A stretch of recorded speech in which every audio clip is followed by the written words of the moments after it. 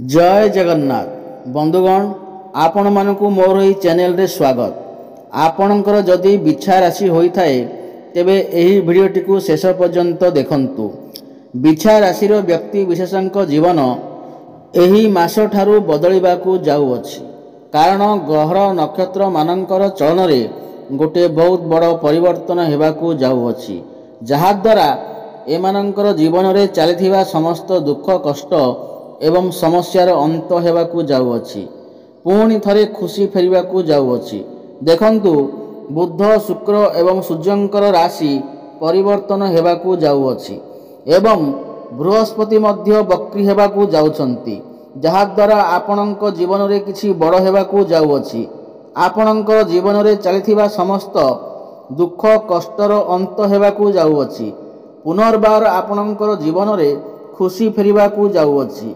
तेबे आसंतु जानिबा एही मास ठारू आपणक जीवन रे कौन सबु बड़ परिवर्तन हेबार अछि। ता पूर्वरु जदि आपणकर भी बिछा राशि होइथाए एवं आपण जदि माँ दुर्गा को एवं जगन्नाथ को सच्चा हृदय रे भक्ति करुथांती विश्वास करथांती, तेबे एही वीडियोटी को लाइक करी कमेंट बॉक्स रे जय जगन्नाथ जय माँ दुर्गा अवश्य लिखि दियंतु। देखंतु पूर्वरु आपणकर स्वास्थ्य खराब रहुथिला, धन जनित समस्या देखा देउथिला, आपण ऋण नेउथिले किंतु ऋण सुझी पारु नथिले, ऋणर भार आपणक उपरे बढ़ी जाइथिला, गृह परिवार रे खुशीर वातावरण नथिला, शिक्षा क्षेत्र रे समस्या देखा देउथिला, आपणकर खर्च बढ़ी चलीथिला, समाज रे आपणकर मान सम्मान नथिला, आपणकु चाकरी प्राप्त होई पारु नथिला, संतान संतति पई आपण चिंतित थिले, प्रेम जीवन रे मध्य समस्या देखा देउथिला, व्यापार वाणिज्य रे मध्य लॉस हेउथिला। तेबे जहा भी समस्या आपणक जीवन रे चलीथिला ताहा एबे दूर हेबाकू जाउअछि। आपणक जीवन रे पुणी थरे खुशी फेरिबाकू जाउअछि। आपणक जीवन रे नूतन सूर्य हृदय हेबाकू जाउछंती। देखंतु शुक्रंकर राशि परिवर्तन हेउअछि। शुक्र जी कि धनर कारक ग्रह, शुक्र ग्रह को माँ लक्ष्मींकर स्वरूप माना जाय थाए। शुक्र ग्रह आपणकर द्वादश स्थिति रे थिले, किंतु वर्तमान शुक्र आपणकर लग्न भाव रे मालव्य नामक राजयोग निर्माण करुछंती एवं आपणकर धन स्थान को चलन करिवे। बुध सूर्य मध्य आपणक लग्न भाव को चलन करिवे एवं बृहस्पति मध्य वक्री हेबाकू जाउछंती, जहा फल रे आपणकर सप्तम भावर फल देबाकू जाउछंती। बंधुगण आपणकर लग्न भाव रे मालव्य नामक राजयोगर निर्माण होई अछि, जहा कि बहुत श्रेष्ठ एवं उत्तम माना जाय थाए। कालपुरुषर कुंडली रे मालव्य नामक राजयोगरु बहुत श्रेष्ठ विचार करा जाय थाए। एही समय रे आपणक संसारर समस्त सुख प्राप्ति हेबो। शुक्र हेउचंती भौतिक सुखर कारक ग्रह, आपणक समस्त प्रकार भौतिक सुख प्राप्ति हेबो। एही समय रे आपणकर चेहरा रे निखार आसीबाकू लागिबो, आपण सुंदर देखिबाकू लागिबे। पूर्वरु जदि आपणकर किछि समस्या रहिथिला तेबे सेथिरे मध्य सुधार हेबाकू आसीबो एवं शुक्र हेउचंती धनर कारक ग्रह, आपणकू आकस्मिक धन मध्य प्राप्ति हेबो, प्रचुर धन मध्य प्राप्ति होई पारे। चारि दिगरु आपणकू लाभ ही लाभ प्राप्ति हेबो। एही समय रे आपण कौनसी जानवाहन भूमि अथवा जमी प्रॉपर्टी इत्यादि किनिबा पई मन बळाई पारंती। प्रेम जीवन पई एही समय अत्यंत शुभ अटे। एही मास ठारू आपणकर प्रेम जीवन रे सुख फेरी आसीबो। पूर्वरु जदि आपणकर प्रेम जीवन रे किछि समस्या लागि रहिथिला सेथिरे मध्य सुधार आसीबो। आपण दुई जनक मध्य रे भल पाइबा बढ़िबो। आपण एही समय रे बहुत इमोशनल रहिबे, बहुत रोमांटिक स्वभावर देखा जिवे। आपण आपणकर पार्टनर को सहित कौनसी स्थान को बुलिबाकू जाई पारंती, काहेकि ना भ्रमण सुख मध्य आपणकू प्राप्ति हेबो एवं शुक्र एठारे बसी आपणकर सप्तम भाव को देखुचंती एवं देवगुरु बृहस्पति मध्य वक्री होई करी आपणकर सप्तम भावर फल देवे। एही समय रे आपणकर विवाह होई पारे। जो मानकर विवाह होई पार नथिला ସେମାନେ ବହୁତ ଅଧିକ ଚିନ୍ତାରେ ଥିଲେ, ତ ସେମାନଙ୍କର ବିବାହ ଯୋଗ ମଧ୍ୟ ଖୋଲିଯିବ। ବିବାହ ପ୍ରସ୍ତାବ ଘରକୁ ଆସିପାରେ ଏବଂ ଫାଇନାଲ ମଧ୍ୟ ହୋଇପାରେ ଏବଂ ଆପଣଙ୍କର ଭଲ ପାଇବା ବିବାହର ରୂପ ମଧ୍ୟ ନେଇପାରେ।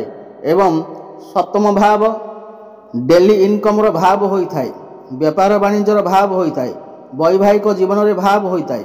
ତ ଏହି ସମୟରେ ଆପଣଙ୍କର ଡେଲି ଇନକମ୍ ବଢ଼ିପାରେ। ବେପାର ବାଣିଜ୍ୟ କ୍ଷେତ୍ରରେ ଆପଣ ବହୁତ ଅଧିକ ଉନ୍ନତି କରିବେ। ଆପଣ କୌଣସି ନୂତନ ବେପାର ମଧ୍ୟ ଆରମ୍ଭ କରିପାରନ୍ତି। ବେପାର କ୍ଷେତ୍ରରେ ଆପଣଙ୍କର ଗ୍ରାହକ ବଢ଼ିପାରନ୍ତି। ଡେଲି ଇନକମ୍ରେ ବୃଦ୍ଧି ଆସିବ। ଆପଣ ପଇସା କିଛି ରୋଜଗାର କରିପାରିବେ, ସଞ୍ଚୟ ମଧ୍ୟ କରିପାରିବେ। ବୈବାହିକ ଜୀବନରେ ମଧ୍ୟ ଖୁସି ଫେରି ଆସିବ। ବୈବାହିକ ଜୀବନ ଯଦି କିଛି ସମସ୍ୟା ଚାଲୁଥିଲା ତେବେ ସେଥିରେ ମଧ୍ୟ ସୁଧାର ଆସିବ। ମଧୁର ସମ୍ପର୍କ ସ୍ଥାପନ ହେବ। ଆପଣ ଦୁଇ ଜଣ ମିଶି କିଛି ଫ୍ୟାମିଲି ପ୍ଲାନିଂ କରିପାରନ୍ତି ଏବଂ ଯେଉଁମାନେ ସନ୍ତାନର କାମନା ରଖୁଥିଲେ ତ ସେମାନଙ୍କୁ ମଧ୍ୟ ସନ୍ତାନ ସୁଖ ମଧ୍ୟ ପ୍ରାପ୍ତି ହୋଇପାରେ। ଆପଣ ଦୁଇ ଜଣଙ୍କ ମଧ୍ୟରେ ତାଳମେଳ ଭଲ ରହିବ। ଆପଣଙ୍କର ଲାଇଫ୍ ପାର୍ଟନରଙ୍କର କ୍ୟାରିୟରରେ ମଧ୍ୟ ଗ୍ରୋଥ ଆସିବ। ସମାଜରେ ଆପଣଙ୍କୁ ମାନ ସମ୍ମାନ ପ୍ରାପ୍ତି ହେବ ଏବଂ ଏହାପରେ ଶୁକ୍ର ଆପଣଙ୍କର ଦ୍ୱିତୀୟ ଭାବ ଧନ ଭାବକୁ ଚଳନ କରିବେ ଏବଂ ବୃହସ୍ପତି ଶୁକ୍ରଙ୍କୁ ଦେଖିବେ। ତ ଧନ ପାଇଁ ଏହି ମାସଟି ଅତ୍ୟନ୍ତ ଶୁଭ ଅଟେ। ଏହି ମାସଠାରୁ ଆପଣଙ୍କୁ ଆକସ୍ମିକ ଧନ ପ୍ରାପ୍ତି ହେବ। ଚାରି ଦିଗରୁ ଲାଭ ପ୍ରାପ୍ତି ହେବ। ପାରିବାରିକ ସୁଖ ପ୍ରାପ୍ତି ହେବ। ଘର ପରିବାରରେ ଆପଣଙ୍କୁ ମାନ ସମ୍ମାନ ପ୍ରାପ୍ତି ହେବ। ଶନି ଆପଣଙ୍କର ପଞ୍ଚମ ଭାବରେ ବସି ଲାଭ ଭାବକୁ ଦେଖୁଛନ୍ତି, ଏକାଦଶ ଭାବକୁ ଦେଖୁଛନ୍ତି, ତ ଆପଣଙ୍କୁ ଲାଭ ପ୍ରାପ୍ତି ହେବ। ଆପଣଙ୍କର ଗୋଟିଏ କୌଣସି ବଡ଼ ଇଚ୍ଛା ପୂର୍ଣ୍ଣ ହୋଇପାରେ। ବିଦ୍ୟାର୍ଥୀମାନଙ୍କ ପାଇଁ ଏହି ମାସଠାରୁ ସମୟ ଅତ୍ୟନ୍ତ ଶୁଭ ଅଟେ। ସେମାନେ ସେମାନଙ୍କର ଶିକ୍ଷା କ୍ଷେତ୍ରରେ ବହୁତ ଉନ୍ନତି କରିବେ। ଏହି ମାସଠାରୁ ଯଦି ଆପଣଙ୍କର କିଛି ପରୀକ୍ଷା ଥାଏ ତେବେ ସେଥିରେ ଆପଣ ନିଶ୍ଚୟ ଉନ୍ନତି କରିବେ। ଆପଣ କୌଣସି ଉଚ୍ଚଶିକ୍ଷା କରିବା ପାଇଁ ବାହାରକୁ ଯାଇପାରନ୍ତି କିମ୍ବା କୌଣସି ସ୍ଥାନରେ ଆଡ଼ମିସନ୍ ନେଇପାରନ୍ତି ଅଥବା କୌଣସି ଫର୍ମ ଫିଲ୍ଅପ୍ ମଧ୍ୟ କରିପାରନ୍ତି। ଶୁଭଫଳ ପ୍ରାପ୍ତି ହେବ। ଆପଣଙ୍କର ମନ ପାଠପଢ଼ାରେ ଲାଗିବ। ଆପଣଙ୍କ ଜ୍ଞାନ ବଢ଼ିବ ଏବଂ ବୁଦ୍ଧି ବଢ଼ିବ। ଜ୍ଞାନ ଏବଂ ବୁଦ୍ଧି ବଳରେ ଆପଣ ବହୁତ ଉନ୍ନତି କରିବେ। ଦେଖନ୍ତୁ, ମଙ୍ଗଳ ଆପଣଙ୍କ ଭାଗ୍ୟ ଭାବରେ ଅବସ୍ଥାନ କରିଛନ୍ତି ଏବଂ ଭାଗ୍ୟ ଭାବରେ ଅଧିପତି ବୁଧ ଆପଣଙ୍କ ଉଚ୍ଚ ସ୍ଥାନରେ ଅଛନ୍ତି। ଏହାପରେ ଆପଣଙ୍କ ଲଗ୍ନ ଭାବକୁ ଚଳନ କରିବେ। ଏହାପରେ ଆପଣଙ୍କ ଭାଗ୍ୟ ବହୁତ ଭଲ ରହିବ ଓ ଭାଗ୍ୟର ସାଥ ମିଳିବ ପ୍ରତ୍ୟେକ ଦିଗରୁ। କମ୍ ପରିଶ୍ରମରେ ଆପଣ ବହୁତ ଅଧିକ ସଫଳତା ମିଳିବ। ଭାଗ୍ୟ ବଳରେ ଏହି ସମୟରେ ଆପଣ ବଡ଼ ଇନଭେଷ୍ଟମେଣ୍ଟ କରିପାରନ୍ତି କିମ୍ବା କୌଣସି ବଡ଼ କାର୍ଯ୍ୟରେ ଆରମ୍ଭ କରିପାରନ୍ତି। ଆପଣଙ୍କ ମନ ଧର୍ମ ଆଡ଼କୁ ଅଗ୍ରସର ହୋଇପାରେ। ଆପଣ କୌଣସି ଧାର୍ମିକ ସ୍ଥାନକୁ ଯାତ୍ରା କରିପାରନ୍ତି। ସାମାଜିକ କଲ୍ୟାଣ କାର୍ଯ୍ୟରେ ଆପଣ ମନୋଯୋଗ ଦେବେ। କ୍ୟାରିୟର କ୍ଷେତ୍ରରେ ମଧ୍ୟ ଆପଣ ବହୁତ ଅଧିକା ଉନ୍ନତି କରିବେ, କାହିଁକି ନା ମଙ୍ଗଳ ଆପଣଙ୍କ କ୍ୟାରିୟର ଭାବକୁ ଚଳନ କରିବେ। କ୍ୟାରିୟର ଭାବରେ ଆପଣଙ୍କ ସାହସ ଓ ପରାକ୍ରମ ବଢ଼ିବ। ସାହସ ଓ ପରାକ୍ରମ ବଳରେ ଆପଣ ସବୁ କାମ ସୁରୁଖୁରୁରେ କରିପାରିବେ। ପ୍ରମୋସନ୍ ହେବାର ମଧ୍ୟ ଯୋଗ ବନୁଅଛି। ଯେଉଁମାନଙ୍କ ପାଖରେ କୌଣସି ଚାକିରି ବାକିରି ନାହିଁ ସେମାନଙ୍କୁ ନୂତନ ଚାକିରି ପ୍ରାପ୍ତି ହେବାର ସମ୍ଭାବନା ଅଛି।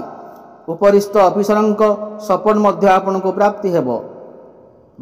କର୍ମକ୍ଷେତ୍ରରେ ଆପଣ ଅଜବ ଶାନ୍ତିର ଅନୁଭବ କରିବେ, କିନ୍ତୁ କାହା ସହିତ ଆର୍ଗୁମେଣ୍ଟ କରନ୍ତୁ ନାହିଁ।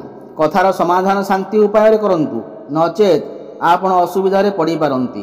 ଆପଣ ନିଜ କର୍ମକୁ ନେଇ କୌଣସି ବାହାର ଜାଗାକୁ ଯାତ୍ରା କରିପାରନ୍ତି। ବିଦେଶ ଯିବାର ଯୋଗ ବନୁଅଛି। ବିଦେଶରେ ରହୁଥିବା କାର୍ଯ୍ୟରତ ଲୋକଙ୍କ ପାଇଁ ଏହି ମାସଠାରୁ ଅତ୍ୟନ୍ତ ଶୁଭ ଅଟେ। ସେମାନଙ୍କୁ ଲାଭ ପ୍ରାପ୍ତି ହେବ। ଭାଇ ଭଉଣୀଙ୍କ ସପୋର୍ଟ ଆପଣଙ୍କୁ ଲାଭ ହେବ। କୋର୍ଟ କଚେରୀରେ ଚାଲିଥିବା ମାମଲା ଆପଣଙ୍କ ସପକ୍ଷରେ ଯାଇପାରେ। ଆପଣ ଏହି ସମୟରେ ଯଦି ଋଣ ନେବାକୁ ଚାହୁଁଛନ୍ତି ତାହେଲେ ନେଇପାରିବେ। ଏଥିରେ କୌଣସି ଅସୁବିଧା ନାହିଁ।